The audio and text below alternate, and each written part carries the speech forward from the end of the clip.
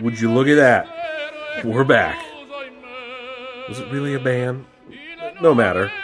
Regardless of your feelings on the situation, let's talk about maybe a touchy subject as our first video back post band. Let's talk about the movie Conclave. Left something up. As a former Catholic, as someone with a history degree, I will say this. The movie's done very well, and I can see why it's nominated for many awards. And what I don't understand, though, is like the discourse around it from certain aspects of the media, you know, as I wave my hand, the media.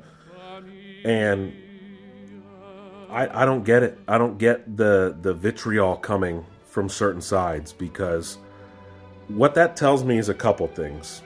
Either A, they're not Catholic themselves. B, they don't know anything about church or papal history.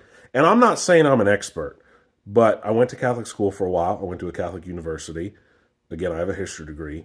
And B, I actually took classes with like the foremost papal expert in the planet. He just happened to be a professor at the university I went to for a while. So I know more than the average Joe, right? And I reckon that most people know very little. And then, or they haven't seen the film and they're just buying into the discourse online because rage bait sells, right?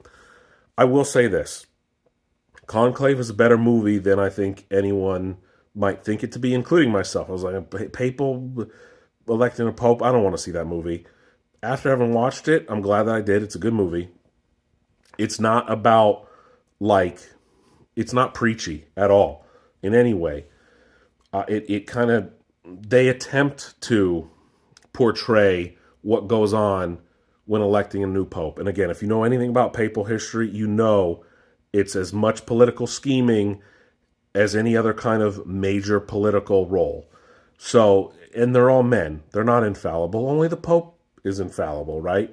So if you haven't seen Conclave or you're hesitant to because of things out in the media, I would say just go watch it. It's actually a good movie, regardless of your faith or feelings on faith or anything like that.